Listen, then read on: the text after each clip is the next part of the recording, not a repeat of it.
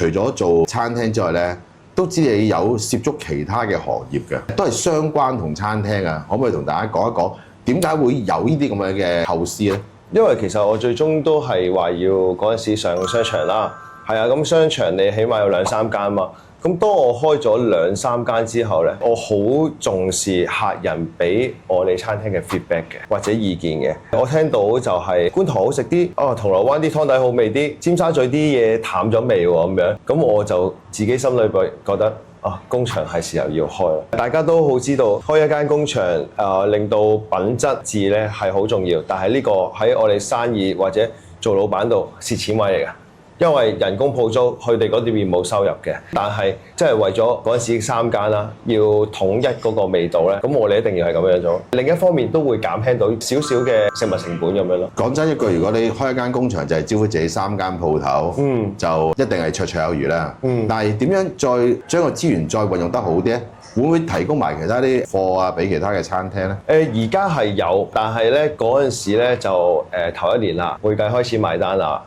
同我講工場用咗幾多錢啊？我就要開始諗，我見到工場都唔細啊，有幾千尺啊，會唔會可以做下外賣？因為有個牌喺度啦嘛。係。會唔會可以用我哋啲加工品或者我哋做嗰啲醬汁，可以出埋俾佢其他碗餐廳同行咁樣咧？原來呢樣嘢都 work 嘅，所以 so far 而家工場係賺錢嘅，但係嗰陣時唔睇唔知噶嘛，係啊，做老闆嗰啲會計一講哇，心諗賴嘢啦咁樣。不過我自己覺得頭先你話工場賺錢，其實賺錢都唔係必然嘅，因為最主要就係你本身有3間鋪打底啦，同埋其實喺個過程入邊你可以試到唔同嘅產品或者食物出嚟啦。對於你日後嗰個再拓展俾其他行家係一定有幫助啦。不過又問一個問題，可能我哋係行外人，你本身做緊日本餐嘅有3間嘅，你又交貨俾其他啲行家。嗱，第一，啲行家會唔會擔心個質素交俾佢哋冇咁好呢？第二，你又驚唔驚我啲嘢咁正，你俾咗佢哋，會令到佢哋生意好咗，影響咗你哋嘅生意呢？又第一樣啦，質素冇咁好，因為我哋出俾自己餐廳其實都有一定嘅質素嘅。咁我哋點樣 sell 我哋啲供應或者餐廳呢？都係一開頭有個信任嘅關係啦。第二，我當然俾佢試下先㗎啦。仲有個前輩咧教我嘅，咁如果佢入同一樣嘅嘢，你咪叫佢攞張單出嚟咯，一定平過嗰張單嗰個價錢咪得咯。係啊，人哋老闆要啲咩啫？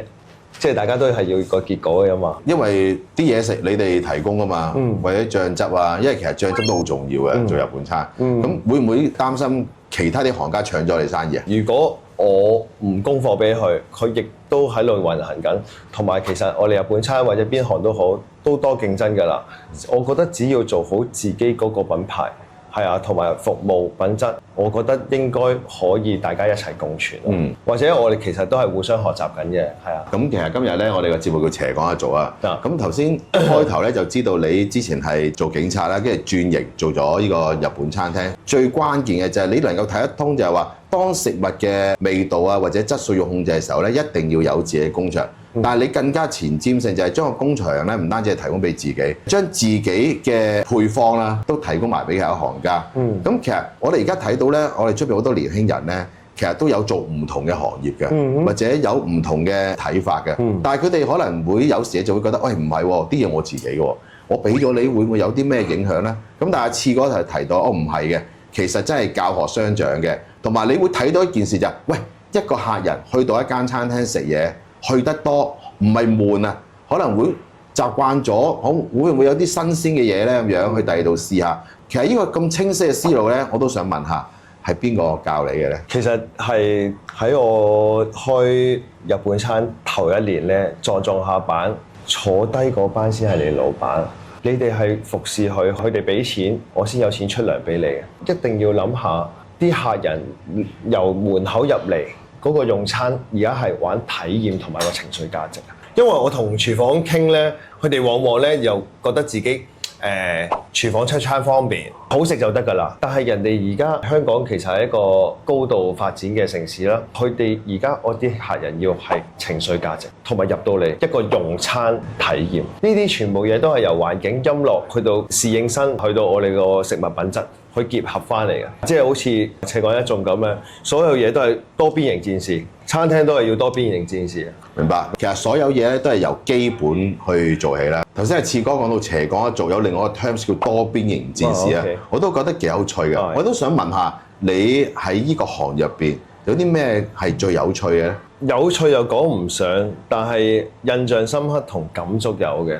疫情嗰陣時，餐廳就冇乜生意啦，因為我哋閂咗夜晚嘅堂食。因為我哋其實最主要客戶都係夜晚居酒屋都知㗎啦，要交租啦，要出糧啦，出貨錢啦。咁嗰陣時咧係我有一個同事咧，其實跟咗我9年㗎啦，大概一家大細都喺我嗰度做嘢，做洗碗啦，做廚房主管啦，樓面經理。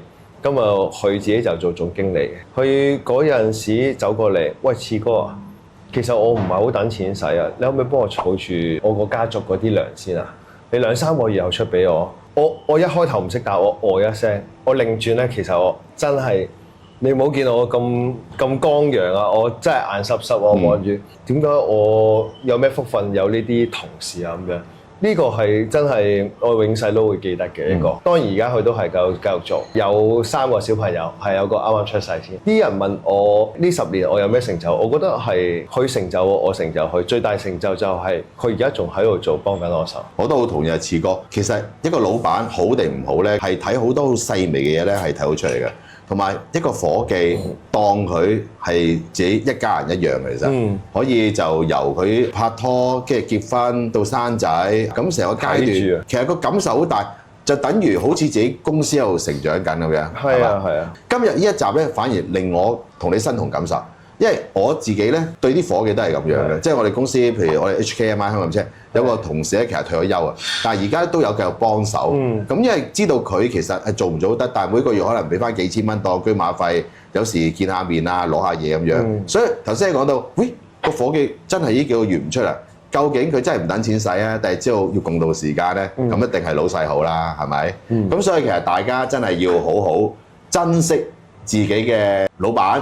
老闆亦都要好好珍惜自己嘅同你一齊做嘢嘅伙伴啦。多謝阿次哥今日接受我哋斜槓一族嘅訪問啦。不過想喺完之前咧，想你分享下有啲乜嘢可以同我哋嘅聽眾或者觀眾講，而家嚟緊呢個世代係 AI 嘅時代，我哋應該點樣去面對呢個 AI 嘅世代咧？我覺得人咧就思維啦，同埋初心咧係AI 取代唔到嘅。咁 AI 咧其實係一個工具，你睇下佢點樣去利用得去會更好嘅啫。當人人都覺得去取代嘅，咁你睇下點樣可以重點去利用呢個 AI 去做你未來同埋策劃嘅嘢。係，多謝阿次哥分享。Thank you。咁啊，大家記住啦，人係永遠咧係行先嘅，AI 咧都要跟住我哋條路。多謝次哥。Thank you。唔該。